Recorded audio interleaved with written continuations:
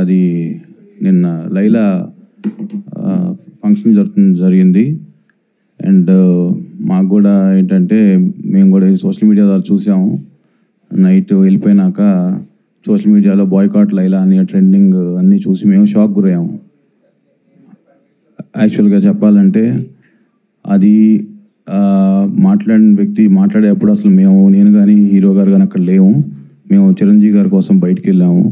అది జరిగేటప్పుడు అక్కడ మా నోటీస్ లేకుండా జరిగింది. But end of the day ఇది సినిమా. అది ఒకళ్ళు ఇద్దరిది కాదు, థౌజండ్స్ ఆఫ్ పీపుల్ కష్టపడి పనిచేసి ఒక అవుట్పుట్ తీసుకొచ్చేదే మన ప్రేక్షకుల్ని మెప్పించడానికి. సో ఇది వేరేగా వెళ్ళటం వల్ల అది పనిచేసిన ప్రతి ఒక్కరికి అది ఇబ్బందికరమైన వాతావరణం కలిగిస్తుంది. సో మేము రిక్వెస్ట్ చేసేది ఏంటంటే సినిమాని సినిమాలాగా చూడండి, అంతేగాని అది దానికి వేరేది చేసి అది నెగిటివ్ దాంట్లో తీసుకెళ్ళేది కాకుండా, ఇది ఒకళ్ళు ఇద్దరని కాదు, it's everybody's effort. So I request media కూడా కొంచెం దీన్ని తీసుకెళ్ళి అందరికి రీచ్ అయ్యేది చూడండి. Thank you.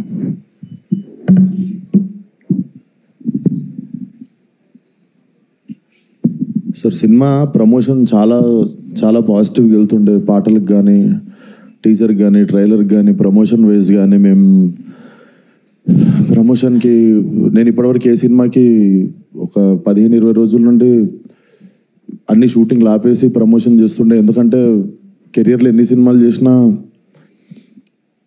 ఇది స్పెషల్ సినిమా కావాలని దీనికి పెట్టిన ఎఫర్ట్ ఎక్కువ అయి ఉండొచ్చు. బేసిక్గా అమ్మాయి వేషం వేసుకోవడానికి మెంటల్లీ నేను గోత్రూ చేసింది అన్నీ నా పర్సనల్. అది ఇప్పుడు సినిమా హిట్ అయినప్పుడు అన్ని లెక్కలు పనికొస్తాయి కానీ, బట్ రిలీజ్కి ముందే సినిమాకి ఇది నైట్ నేను చూశాను సార్.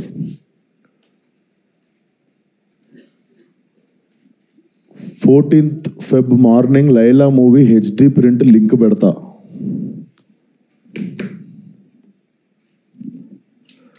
వీడి ఖాతాలో ఇంకొకడు బలి పాపం. అంటే 25,000 ట్వీట్లు వేశారు బాయ్కాట్ లైలా అని చెప్పి. Boys get ready, boycott Laila అంటే నాకు అర్థం కావట్లేదు సార్. వీడి ఖాతాలో ఇంకోటి బలి అంటే ఖాతాలో బలి ఎందుకు కావాలి సార్? నేను అంటే మేము ఒక సినిమా తీసినప్పుడు 100 మందిలో ఒకడు తప్పు చేస్తే 99 మందిని మనము ఎలిమినేట్ చేసేద్దామా? అంటే నాకు ఒక రకంగా కూడా అనిపించేది ఏంటంటే, అంటే సినిమా వాళ్ళు అంటే ఒక టైంకి చాలా ఈజీ టార్గెట్ అయిపోతామా? అలా తీసి పాడేసి అంత అంటే చాలా చులకన అయిపోతామా? సంబంధం లేనిది వచ్చి అంటేసుకుంటుంది మాకు, దానికి మేము సమాధానం చెప్తుంటాము. ఆ వ్యక్తి అది మాట్లాడినప్పుడు ఆ వ్యక్తి అనుభవం అంత ఉండదు సార్. నా వయసు నాది 29, 30 వస్తే మార్చి వస్తే ఆ వ్యక్తి అది మాట్లాడుతున్నప్పుడు నేను కానీ ప్రొడ్యూసర్ గారు కానీ చిరంజీవి గారు వస్తున్నారంటే రిసీవ్ చేసుకోవడానికి బయటికి వెళ్ళాము. తిరిగి వచ్చాము, ఈవెంట్ అయిపోయింది. ఇంటికి వెళ్ళేదాకా మాకు తెలియదు ఈ వ్యక్తి స్టేజ్ మీద ఏం మాట్లాడాడు. అండ్ మేము సినిమాలో అలాంటి సీన్ ఏం పెట్టలేదు. అతను లోపల చేసినప్పుడు ఎన్ని గొర్రెలు ఉంటాయో అతను సినిమా లాస్ట్ దాకా కూడా అన్నీ గొర్రెలు ఉంటాయి. అండ్ మాకు అతను మాట్లాడిన దానికి సినిమాకి వీటికి ఏం సంబంధం లేదు. మీరు అతని మీద కోపం మా సినిమా మీద చూపించడము. ముఖ్యంగా చాలామంది కష్టపడ్డాం సార్ ఈ సినిమాకి. అట్లా సినిమా రాకముందే చంపేయకండి. అండ్ మరీ అంత చిన్న అంత చులకనగా నాకు అర్థం కావట్లేదు ఏం మాట్లాడారు. బాయ్కాట్ లైలా 25 ట్వీట్లు ఏంటండి? 25,000 ట్వీట్లు ఏంటండి?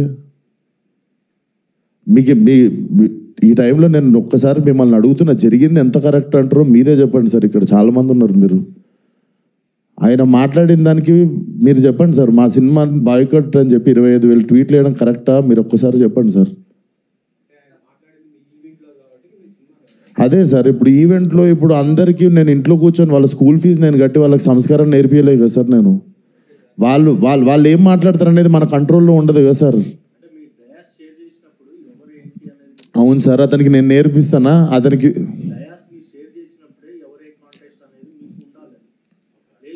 నాదే తప్పంటారు.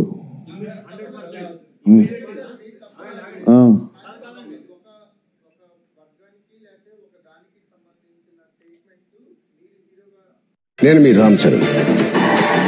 ఒక బ్యూరోక్రాట్ సిస్టమ్ కి సెల్యూట్ చేస్తాను. మరి ఆ సిస్టమే సమస్యలో పడితే ఈ గేమ్ చేంజర్ ఏం చేస్తాడో అన్ప్రెడిక్టబుల్. చూడండి గేమ్ చేంజర్ ప్రైమ్ వీడియోలో.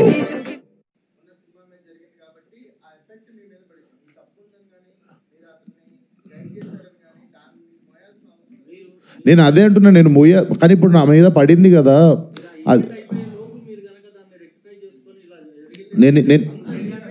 నేను ఇప్పుడే చెప్తున్నా కదా సార్, మేము చిరంజీవి గారిని రిసీవ్ చేసుకోవడానికి వెళ్ళాం. మేము కూడా ఇంటికి వెళ్ళిన తర్వాత చూసాము. మీరు నేను చెప్పింది అబద్ధం అయితే పోయి ఈవెంట్ వీడియో చూసుకోండి. అతను మాట్లాడినప్పుడు మా మీద కెమెరా లేదు, ఎందుకంటే మేము లేము అక్కడ. నేను సావు గారు రిసీవ్ చేసుకోవడానికి వెళ్ళాం. మీకు తెలుసు ఎంత గోలగోలగా ఉంటుందో ఈవెంట్ అయిపోయింది, ఇంటికి వెళ్ళిపోయాము. ఇంటికి వెళ్ళిపోయిన తర్వాత చూసి షాక్, ఇది ఆయన ఎప్పుడు మాట్లాడండి, ఇది అసలు ఇవన్నీ ఎప్పుడు జరిగినాయి అని మేము షాకు. ఎందుకంటే ఈవెంట్ అయిపోయిన తర్వాత మేము కూర్చొని డిన్నర్ చేస్తున్నాము, అంత అయిపోయింది. ఇంటికి వెళ్ళిపోయిన తర్వాత సడన్గా ఈ హ్యాష్ ట్యాగ్ చూసి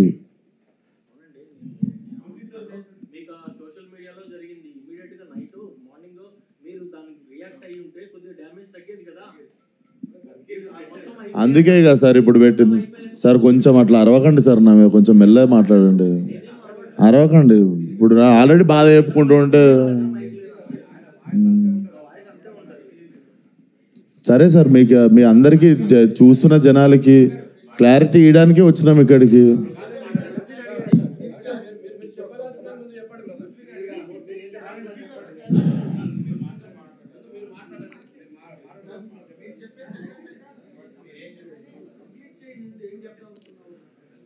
సో అదే సార్, చాలా కష్టపడి తీసినాం సినిమా.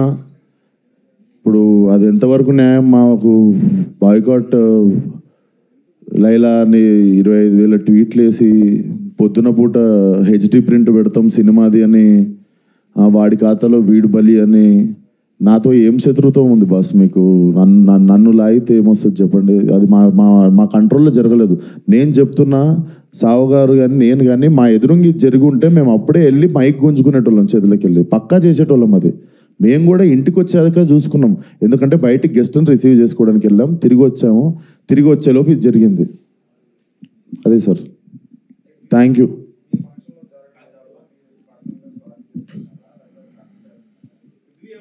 ఇప్పుడు నా సినిమా రిలీజ్ కావాలి కదా సార్ 2 రోజుల్లో. సార్ నాకు సినిమా రిలీజ్ ముఖ్యం సార్. నేను ఒక మనిషితో ఎవరితోనో కొట్లాడి ఇప్పుడు దీన్ని ఇంకా లాగదలుచుకోవట్లేను. మీరు అడుగుతున్నారు ఆ వ్యక్తితో ఏమైనా మాట్లాడించి, నేను అసలు ఫోన్ కాదు ఎవరితో ఏం మాట్లాడదలుచుకోవట్లేను. నా సినిమా రిలీజ్ అయ్యే వరకు కొంచెం సపోర్ట్ చేయండి అని అడగడానికి వచ్చిన ఈరోజు. ఇఫ్ పాసిబుల్ సపోర్ట్ చేయండి.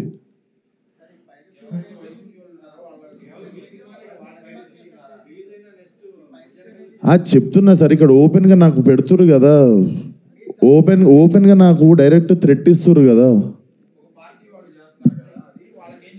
నేను అందరికీ చెప్పేది ఒకటే సార్, మా కంట్రోల్లో లేకుండా ఒక మనిషి చేసిన తప్పుకి మా సినిమాని బలి చేయకండి.